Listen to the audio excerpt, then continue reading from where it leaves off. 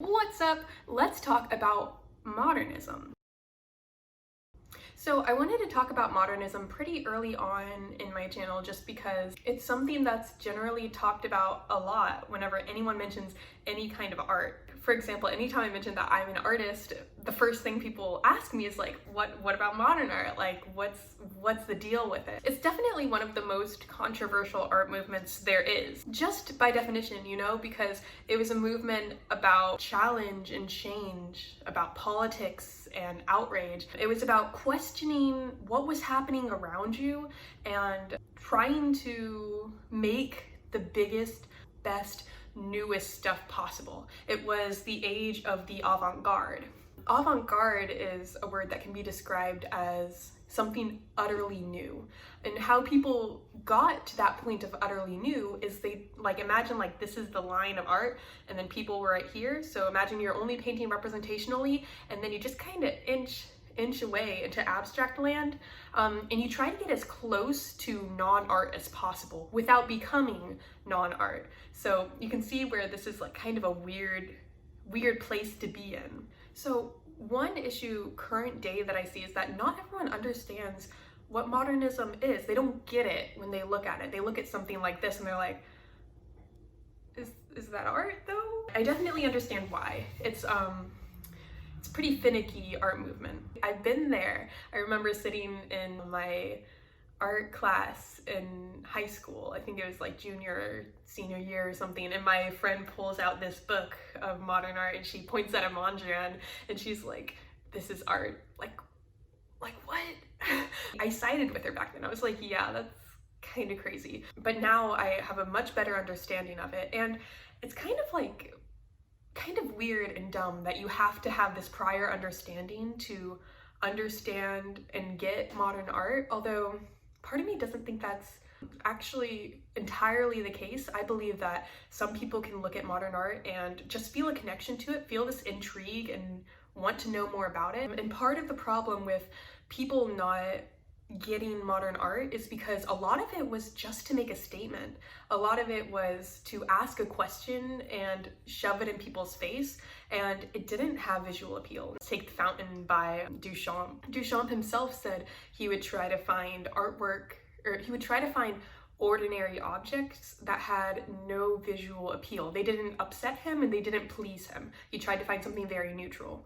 So modernism is the period of theory becoming art. So how do you understand modern art from the gaze of a normal person? I think there's just one thing that you really need to understand, and that's to understand the frame of reference at which you're supposed to be looking at modern art. So whenever you look at artwork that you do understand, you're using the observational world as a frame of reference, meaning that you look at artwork like this and you're saying, oh, it's a person. I understand a person. It looks like a person. It's good art. And with modern art, it starts to abstract and pull observation out of the world. And that's why it gets confusing, because your frame of reference for is this good art no longer applies. So what should your frame of reference be if you're looking at modern art? The material.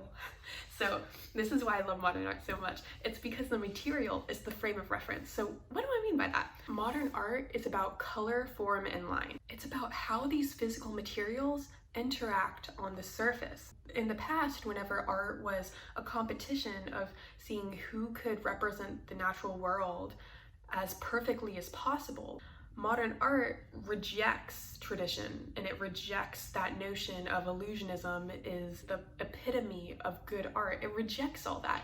Instead, it's asking the question, what is painting? So whenever people start to paint things, they try to remove anything from the painting that is not pure painting. They'll try to remove the 3D element, making it look like it's coming out of the surface. They remove that because that belongs to sculpture.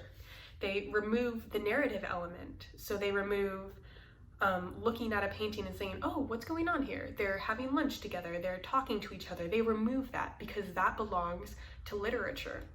And now all we have left is painting.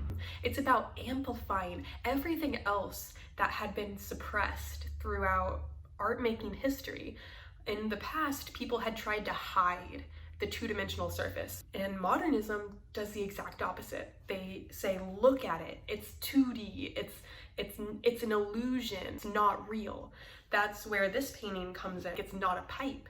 So you look at this painting and your mind instantly goes, oh, I'm looking at a pipe, but you're not, it's paint on a surface. So modernism is all about being really real with you, being really real about what you're looking at. It's about the materials. Look at the colors and how they're interacting with each other. Look at the orange next to the blue and be like, wow, the vibrations. Modernism can be kind of exclusionary because it kind of appeals to the artist type. I mean, I kind of believe that much of the hype about modernism is all about the fascination of the material. It kind of makes me wonder, if you don't share that same fascination, will you like modern art? I don't know, maybe you will, prove me wrong. So why do you like modern art if you do? Why don't you like it if you don't get it? In my next video, maybe I'll get into different tactics you can use to analyze modern art. So yeah, you can follow me on Instagram or Twitter. I post about art, I submerge in the artwork. I don't know, I'm kind of just like going at this point.